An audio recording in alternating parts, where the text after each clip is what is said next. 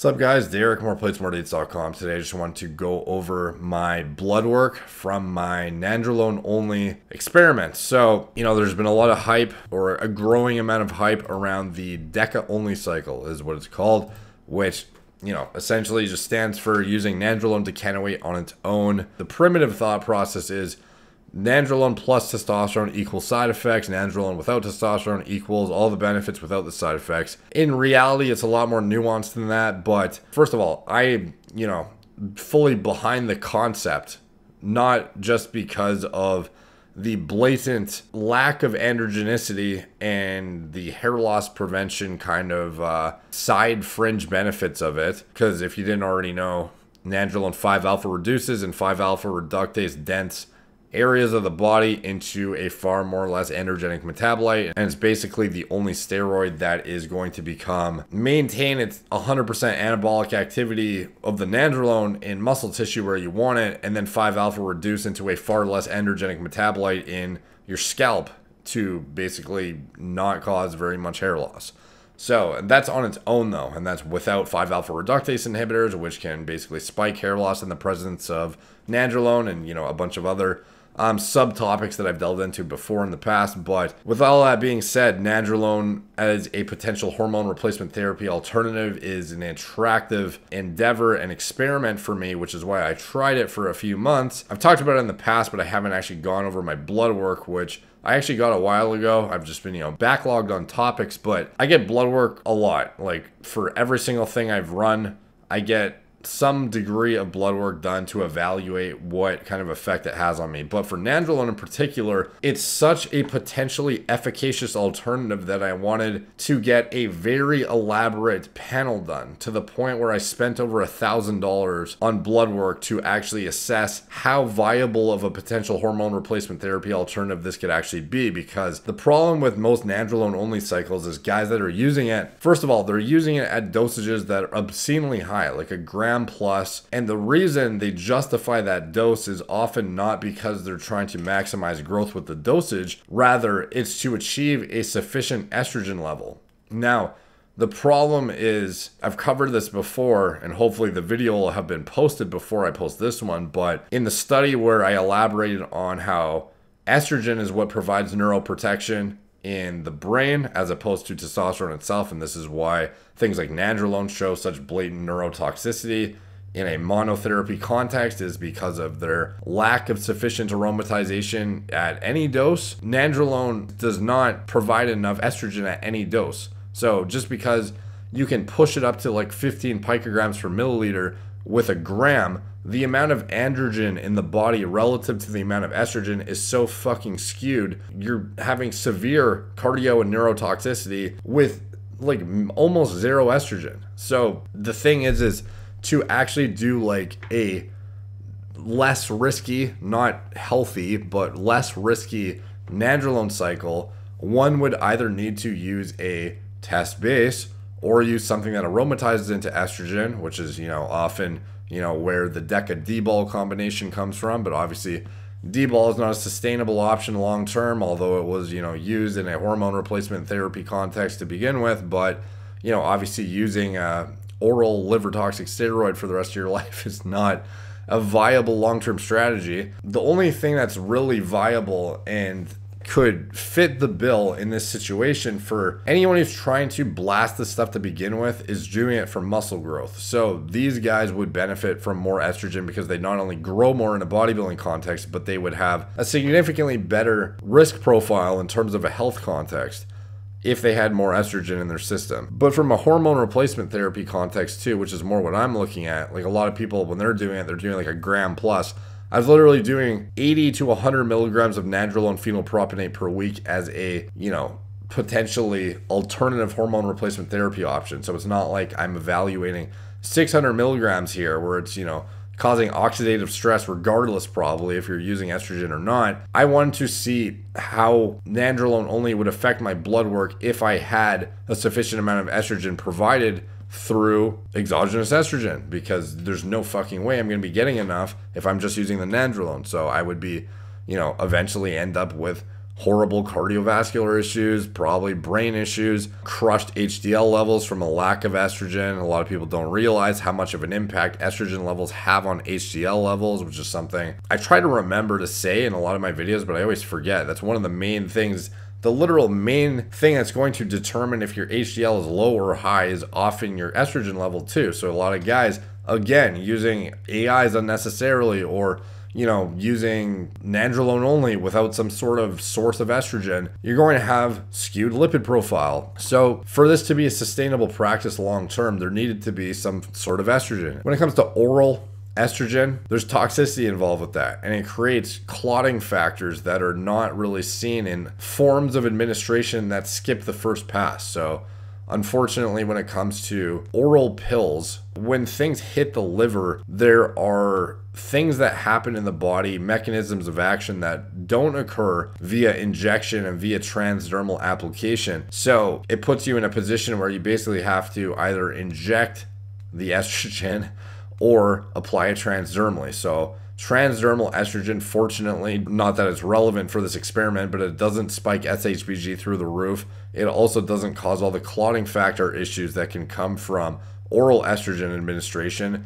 So just all in all, it seemed like a better, more efficacious option for me, especially from a risk profile context. So I was using transdermal estrogel, which is basically just estradiol gel that you put on that pushes your E2 up. I have yet to see somebody using a dose of Deca on its own without anything with it that via a sensitive assay estradiol measurement got a estrogen level sufficient enough to really claim that they have a optimized healthy androgen to estrogen ratio. Like, I've seen some guy sent me blood work recently of a guy on over a gram of Deca, and he had a 19 picogram per milliliter sensitive assay estradiol result. In most scenarios, guys would benefit from more estrogen, in my opinion. So getting into my blood work, basically, there's so many things going around the community. Some guys that do Deca only think it's like the godsend kind of drug. Some people think it's like, I've had several friends have really bad experiences, and some even ended up in the hospital. And it seems like one of the main things is resting heart rate and blood pressure are a lot more difficult to manage on Nandrolone, and a lot of people speculate that it's because of the effect it has on aldosterone. I mean, it throws off the electrolyte balance, which is, plausible. A lot of people think that it has to do with the lack of sufficient aromatization to estrogen. At the end of the day, though, I don't like taking shots in the dark when it comes to something that I want to experiment with long-term potentially. So there's no way I was going to just assume that any of these values are fine without looking. So I wanted to see exactly how much oxidative stress it's going to have at, physiologic levels, how much aldosterone's affected, how much, GGT is going to increase, if at all, what my liver enzymes are, what is going to have the effect on estimated GFR, pretty much everything you would want to know about Nandrolone at a physiologic dose. I want to see what kind of effect it has on every single marker. Prolactin, another thing that's obviously, heavily debated in the community about whether Nandrolone spikes prolactin or not. Some people even think D-dimer increases on it to the point where it causes clotting issues. There's people that think C-Reactive Protein goes through the roof. There's people that think that it throws off the magnesium level. There's people that think it causes hypothyroidism. Some people even think it causes hyperthyroidism. So there's a lot of things I wanted to evaluate with this blood test. So this is why I had to spend so much money, because there was no other time I would be on. I was literally on NPP at 80 to 100 milligrams per week for over 3 months straight with transdermal estrogel, applying 1.5 milligrams of transdermal estradiol per day. This is like the perfect scenario to evaluate. If it's going to be safe, it's going to be safe at this. Like, there's no safer way I could have run it. So going through my blood work, I was actually expecting far worse. And going through my hematology, everything was fine. There was no raised red blood cell count, although, obviously, with a lot of steroids, that's going to be an issue at super physiological dosages. Most people just donate blood or get a therapeutic phlebotomy. But at physiologic dosages, it doesn't seem like my hematology was negatively affected at all. As far as my metabolic panel, nothing was really off to the point that would cause concern. BUN being high, I think, is just the result of being muscle bound and having a high protein diet. but the rest of everything looked pretty good to me and wasn't too concerning. Going into the lipid panel, this is where things show a bit of what needs to be addressed. So HDL is too low. Everything else is, LDL is borderline high. The cholesterol total is fine. Triglycerides are fine. HDL is low though. The reason being the estrogen level. Again, I mentioned the importance of estrogen when it comes to maintaining a good HDL. I was shocked that 1.5 milligrams of estradiol per day transdermal didn't provide enough estrogen that I thought. Like I would have liked to have a picogram per milliliter closer to 40.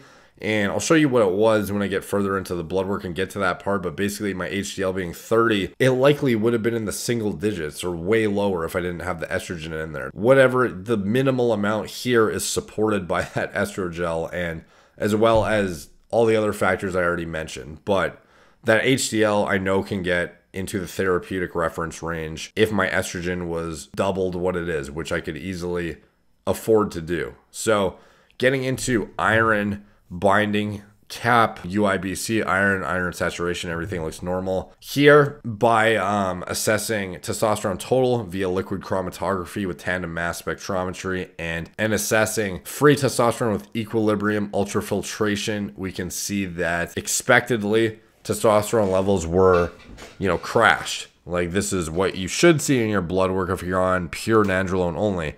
And the interesting thing is, you'll see that, and I mentioned this before, see how I have a immunoassay result for testosterone here as well with the free and the total, and you can see it's 834 nanograms per deciliter, pretty much saying I have a normal testosterone level and a normal free testosterone as well. And it just goes to show the importance of getting accurate testosterone testing. This is the exact same blood sample, and you can clearly see here via LCMS and equilibrium ultrafiltration, my testosterone is nearly undetectable. But the stupid primitive test that they give out as defaults for people is so fucking stupid. It can't even tell the difference between testosterone and 19 nortestosterone. But without, getting off track with that, we look at aldosterone. This is one of the main things I wanted to look at here because there's a lot of speculation around the effect Nandrolone is going to have on aldosterone levels. And one of the things I noticed is it was actually harder to keep my blood pressure where I wanted it on the NPP, even at 80 to 100 milligrams per week with the estrogen. And what that was caused by, I'm not exactly sure. I assumed it was aldosterone prior to this blood work because on testosterone, regardless of my dose, even when I was using TRT as high as 200 milligrams a week, which wasn't really TRT at the time, I could keep my blood pressure at 110/70 with ease, like with a crap diet even without trying. But immediately upon implementing NPP into my system, it became way harder to control my systolic. My diastolic was fine. It would chill around 70. But my systolic would consistently be 120 to 125. And that's not normal. The fact that I even had to try to maintain it where it normally was showed that Nandrolone, in my opinion, had a more negative effect on blood pressure. And this is consistent with pretty much every single person I know who has blasted high doses of Deca. They had significant issues with blood pressure. And some guys even ended up in the hospital because of it.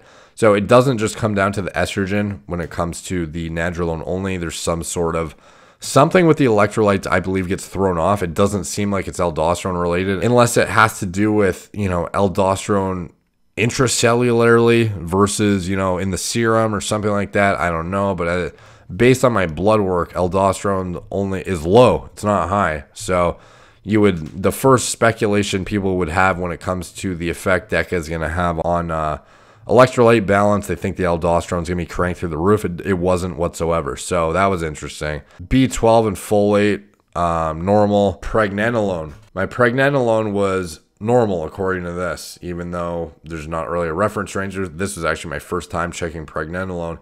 And I just wanted to see everything that would get affected. DHT. This is off of 5-alpha reductase inhibitors because if you're on Nandrolone, you do not want to be on a 5-AR inhibitor because it's just going to cause hair loss instead of prevent it. So DHT is obviously expectedly low. Again, though, it's pretty obvious that my 5-alpha reductase is not permanently destroyed, despite what a lot of people that talk about post-finasteride syndrome would lead you to believe. But you can clearly see my DHT went from undetectable up to 4.5 despite having a 20 nanogram per deciliter test level. So whatever adrenal steroids I'm producing are sufficient enough to produce a 4.5 nanogram per deciliter DHT level, which is interesting because that's not nothing. If I was on dutasteride, my DHT, as you've seen in my dutasteride hair loss experiment video, if you've seen it, my DHT was so low it was undetectable. So clearly 5AR, comes back online once the drug has cleared your system. So I have a 4.5 even with like zero fucking test in my system. Hemoglobin A1C 5.1, T4 1.28, DHEA in range, which is notable because, a lot of people, they're going to think, oh, you use Nandrolone or use test, then your DHEA gets shut off and you have low DHEA. It doesn't appear to be the case whatsoever. And cortisol, normal, supposedly, although that looks a bit high to me. TSH, this is way too high and is interesting because I've never had a TSH this high before.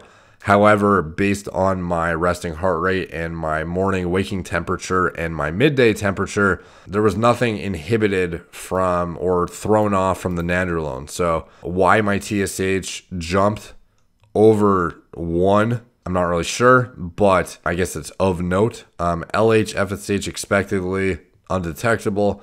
Prolactin, low normal. So that's interesting too. A lot of people think prolactin's gonna be through the roof on Deca only. Of course, my Nandrolone dose is not really representative of what guys are doing for their Deca only blasts, where they're doing 600 milligrams plus. But it's of note still because I am doing Nandrolone only. It's just at a what would be considered a physiologic, healthy, quote unquote, dose for hormone replacement therapy. The prolactin in range, prostate specific antigen normal, did not change from my previous blood work on testosterone only. Getting to D dimer, so a normal D dimer, so you can rule that out. A lot of people, not a lot of people actually, there's just one individual in particular who's had a massively inflated D dimer on a Deca only cycle, so he wanted me to check that. It looks like it was case specific for him, and I think it had to do with something completely unrelated, so I don't think the Nandrolone is going to affect that. C-Reactive Protein, I believe this is more of a marker of diet rather than hormone use, but that's obviously hormones can cause oxidative stress and inflammation and stuff like that, but C-reactive protein is pretty good here, 0.34. I wouldn't be too concerned about that, although I have had undetectable C-reactive protein in the past, and on Nandrolone only, it's jumped up to 0.34, but it's not high enough for me to be concerned. Estradiol sensitive, this was only 15.4 picograms per milliliter, so this is not high enough in my opinion. I would want to see a 30, and for me in particular, to get what I would consider a more healthy dose or healthy level of estrogen to a point where I'm confident my HDL would be pushed into the therapeutic reference range. Libido and erectile quality would be maximized. Muscle growth would be maximized. Fat loss would be more maximized. Pretty much everything. Wouldn't have to worry about neurotoxicity or cardiotoxicity and as a result of the Nandrolone as much. Basically, I would want to see this higher to balance out the androgen provided by the Nandrolone in my body. So, and if I was blasting Nandrolone at higher dosages at super physiologic levels, I would want to see the estradiol even higher than the reference range, because to be frank, if you have super physiologic androgen levels, you need super physiologic estrogen levels. That's just how it works if you want to maximize growth and maximize your likelihood of staying healthy. Homocysteine, this was kind of high. Normally I have like an 8, and here is a 10.9. So whether this is all diet related or not, my diet is not significantly different whatsoever. So I'm not sure why this was higher than usual, but this was one of the markers that kind of threw me off a bit. GGT, good. I was worried it'd be cranked to the roof, but it's fine. Magnesium looked okay. Copper, zinc looked okay. Progesterone, normal, which is notable. Insulin, also normal.